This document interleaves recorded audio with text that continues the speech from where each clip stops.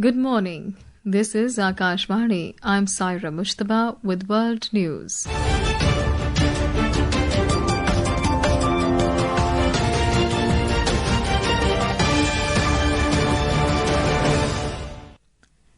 The headlines. Brazilian President Luiz Inácio Lula da Silva announced plans to form a strategic alliance with India aimed at fostering political, economic and technological cooperation between the two nations. 2 people killed after a cargo plane skids off runway at the Hong Kong International Airport and lands in sea. Rodrigo Paz, a centrist senator, wins Bolivia's presidential election. Khushi opens India's medal account at Asian Youth Games in Manama, Bahrain. And in cricket, England beat India to seal semi-final berth in ICC Women's World Cup.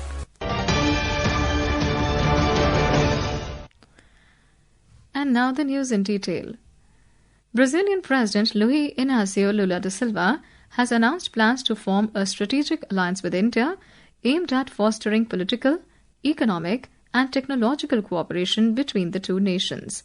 Following the conclusion of Vice President Geraldo Alckmin's recent visit to India, Mr. Silva emphasized the importance of strengthening bilateral ties with New Delhi. In a social media post, Mr. Silva said the visit of the Vice President Geraldo Alckmin to India in preparation for his trip early next year is very important because India has an exceptional market. He added that they will create a strategic alliance with India and develop both Brazilian and Indian economies. The Brazilian president's remarks came a day after Vice President Geraldo Alckmin's visit to India. During his visit to India, Mr. Alckmin clarified that India's and Brazil's cooperation is complementary and is not competitive. The Festival of Lights has arrived, and Dubai is aglow with joy and celebration as residents and visitors mark Diwali with traditional fervour and cultural vibrancy. Streets, markets and landmarks across the city have come alive with lights, music and festive decor, capturing the essence of the Indian festival that symbolizes the triumph of light over darkness. In Bur Dubai, fondly known as Mini India, rows of traditional lamps and shimmering decorations adorn shop fronts and buildings, creating a festive spectacle. Local stores are witnessing brisk business as shoppers pick up ethnic wear, jewelry, sweets and handcrafted decor items. Gold markets have also reported a surge in visitors following Dhanteras, the auspicious day for purchasing precious metals. While fireworks remain tightly regulated across the UAE, designated areas such as Dubai Creek and Global Village are hosting official displays this evening, promising a safe yet spectacular visual treat for the public. The Noor Festival of Lights continues to attract crowds with its creative installations inspired by Diwali's themes. Community centers, malls are also hosting Rangoli competitions where families and children are adding their own touch of color and artistry to the celebrations. In Abu Dhabi, the BAPS Hindu Mandir is at the heart of the festivities, welcoming devotees for special Diwali prayers and rituals. The temple remains open exclusively for celebrations today, allowing visitors to offer prayers and partake in cultural activities. The festive period will continue with Annakut on October 22nd, followed by the Maha Annakut on October 25th and 26th, featuring a grand offering of hundreds of vegetarian dishes prepared as a part of traditional Thanksgiving rituals. Blending tradition with Dubai's cosmopolitan flair, this year's Diwali once again reflects the Emirates' spirit of unity and inclusivity. Jigyasa Pandey for World News. US President Donald Trump has threatened to raise tariffs on Colombia and stop all payments to the South American nation. The announcement came as escalation continues over a feud that stems from US military strikes on vessels allegedly transporting drugs in the region. Earlier in the day, Mr. Trump called Colombian President Gustavo Petro an illegal drug dealer, while Defense Secretary Pete Hegseth said US forces had attacked a vessel associated with a Colombian rebel group. Meanwhile, Colombian President Gustavo Petro said the boat belonged to a humble family and not a rebel group, while his government called Mr. Trump's remarks offensive. 2 people were killed after a cargo plane skidded off a runway at the Hong Kong International Airport and landed in the sea today. The flight was arriving from Dubai when it hit a vehicle on the north runway. 4 crew members on board the plane survived. The affected runway is closed, but the airport's other 2 runways are still operational. Rodrigo Paz, a centrist senator, has won Bolivia's presidential election. Rodrigo Paz defeated his conservative rival Jorge Teuto Quiroga as the country's worst economic crisis helped propel the end of nearly 2 decades of leftist rule.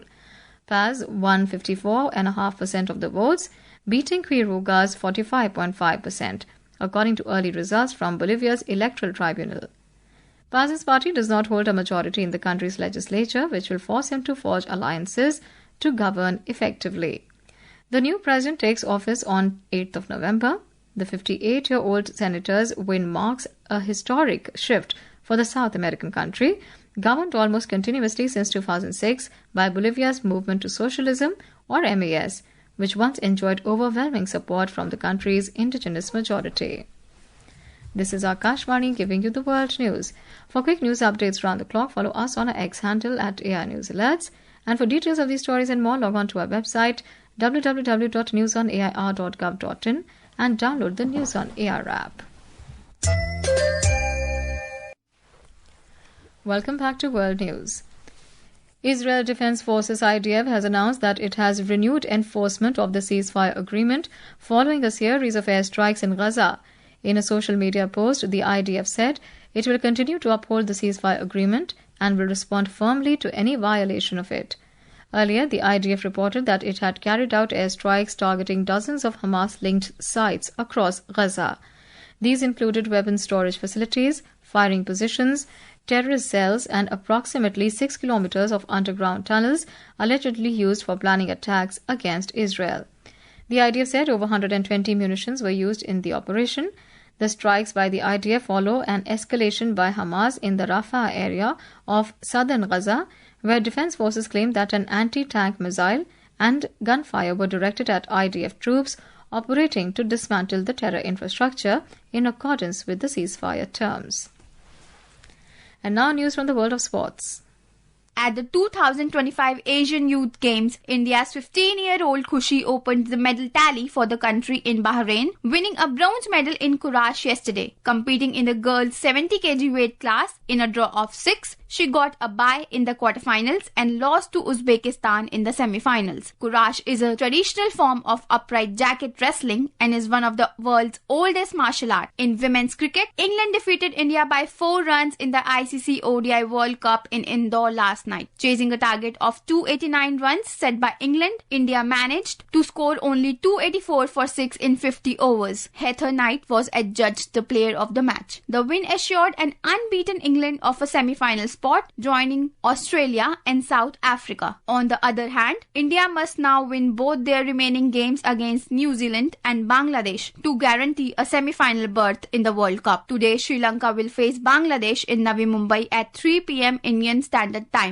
In men's cricket, Australia defeated India by 7 wickets in the rain-affected first ODI of the 3-match series at Perth yesterday. Australia surpassed the DLS target of 131 in only 21.1 overs, losing 3 wickets. The match was reduced to 26 overs after rain marred the play. The second match of the series will be played in Adelaide on 23rd of this month. Sanyukta Yadav, Sports Desk. In France, thieves stole items from the Louvre Museum, one of Paris's most iconic attractions.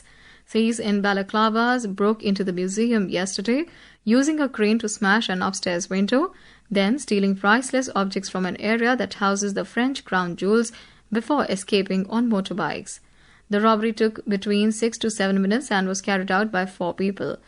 A total of 9 objects were targeted by the criminals and 8 were actually stolen. President Emmanuel Macron, in a social media post, said the theft committed is an attack on the heritage and that they will recover the works and the perpetrators will be brought to justice. And now, before we close, here are the highlights of the bulletin once again. Brazilian President Luiz Inácio Lula da Silva announced plans to form a strategic alliance with India aimed at fostering political, economic and technological cooperation between the two nations. 2 people killed after a cargo plane skids off runway at the Hong Kong International Airport and lands in sea. Rodrigo Paz, a centrist senator, wins Bolivia's presidential election. Khushi opens India's medal account at Asian Youth Games in Manama in Bahrain. And in cricket, England beat India to seal semi-final berth in ICC Women's World Cup. That's all in world news. Stay tuned to Akashvani. Have a happy and safe Diwali.